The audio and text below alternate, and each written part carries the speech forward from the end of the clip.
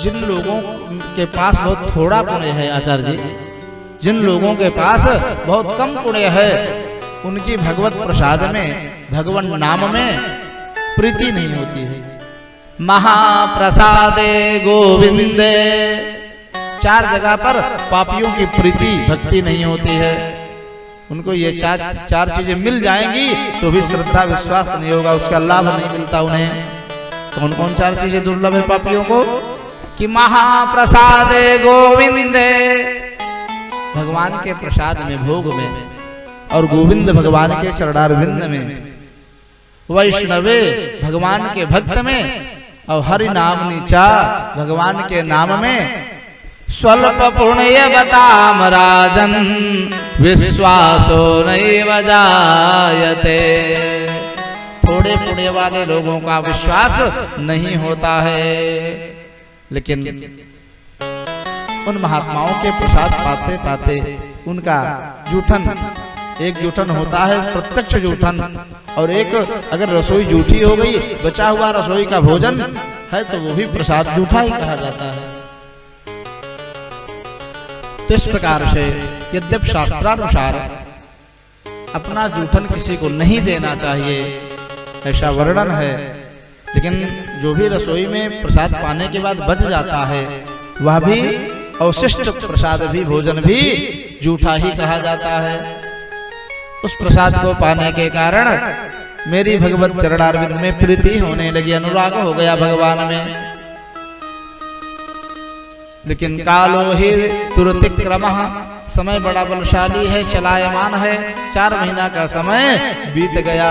साधु महात्मा जब डिठमन हो जाते हैं, दिवाली जिसे कहते हैं, जब दिवाली हो जाती है, दिवाली के बाद डिठमन जो आता है, तो छोटी देव दिवाली के दिन चौमासा का समय पूर्ण हो जाता है, तुलसी और भगवान का विवाह हो जाता है।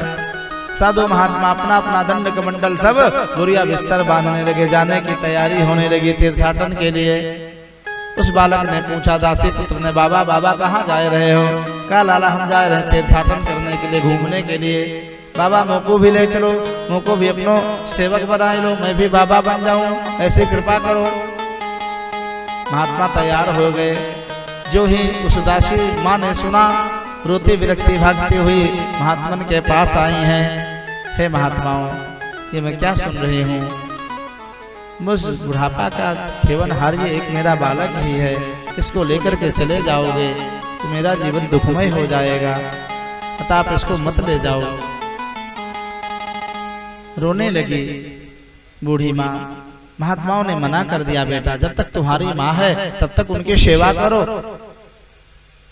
साधु महात्मा बनने के लिए माता के भिक्षा की जरूरत पड़ती है। यदि आप गृहस्थाश्रम में चले गए हैं तो 3 भिक्षा आपको लेनी पड़ेगी बाबा बनने के लिए, पत्नी की, पिता की और माता की। पत्नी और पिता यदि भिक्षा नहीं देते, अनुमति नहीं देते हैं अर्थात, तो भी काम चलेगा। लेकिन यदि माँ अनुमति नहीं दे रही है तो आप स्वतंत्र रूप से संन्यास नहीं स्वीकार कर सकते हैं, दीक्षा लेने के अधिकारी नहीं, वैरागी बनने के। इतना माता का अपना अधिकार होता है, उसकी इतनी कृपा होती है पुत्र पर कि पुत्र बिना माता की आज्ञा के साधु नहीं बन सकता है। और जो लोग अपने कर्तव्य कर्म धर्म को त्याग करके, माता पिता को त्याग करके साधु बन जाते हैं, उनको साधु बनने के बाद भी मन को संतुष्टि शांति नहीं मिलती है सज्जनों, ऐसा भी वर्णन आता है। इस प्रकार से जब मैं रोने लगा, महात्माओं ने मना कर दिया मेरी माता के दुख के कारण, मैं रोने लगा। महात्माओं ने मुझे समझाया, नारद जी कह रहे हैं व्यास जी से, व्यास जी नारद जी का संवाद चल रहा है ये। तो हे व्यास जी, मैं रोने लगा।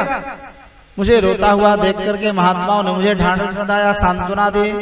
बालक तुम दुखी मत हो, हम तुम्हें एक सुंदर मंत्र देते हैं और उस मंत्र का जप करोगे तुम्हारे ऊपर गोविंद की कृपा होगी।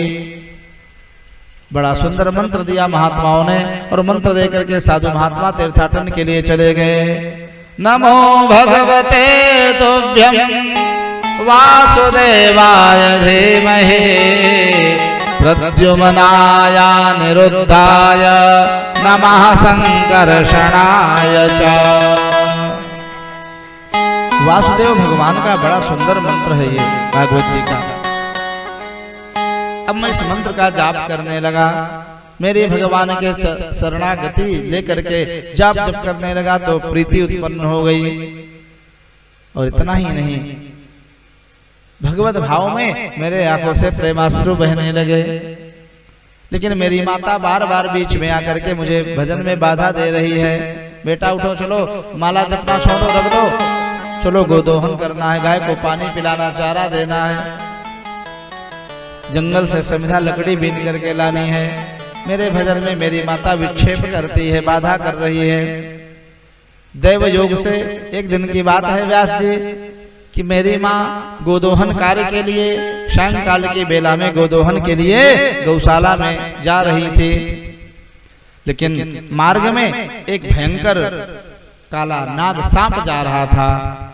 मेरे माता को दिखाई नहीं दिया बुढ़ापावस्था होने के कारण, और जो ही मेरे मैया का चरण उस सर्प के ऊपर पड़ गया, तत्क्षण सर्प बहुत क्रोधी होता है, सर्प के समान क्रोधी और कोई दूसरा जीव नहीं होता सज्जनों।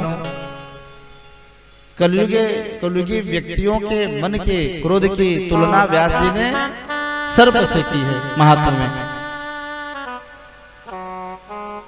और इस प्रकार से उस भयंकर नाग ने मेरी माता को डस लिया। एकदा निर्गताम गेहात् दुहन्ते निशिगाम पथे सर्पो दशत पदा पृष्ठः कृपया काल प्रेरिता। काल की प्रेरणा के कारण सर्प ने दंशन किया, मेरी माता तत्क्षण मर गई। कुछ समय बीता, दूध लेकर के नहीं लौटी। खोजबीन करते हुए जब मैं गौशाला की तरफ जा रहा था तो मार्ग में मरी हुई मैया को देखा मैंने। लेकिन अपनी माता को मरा हुआ देख करके मैं रोया नहीं, दुखी नहीं हुआ। फिर उस गोविंद की, भगवान की बहुत बड़ी कृपा मानी मैंने। क्यों? क्योंकि अनुग्रहम मन्यमानः प्रातिष्ठम दिशमुत्तरा। अपनी माता के और अंत्येष्टि संस्कार को करके मैं उत्तर दिशा की तरफ चला गया।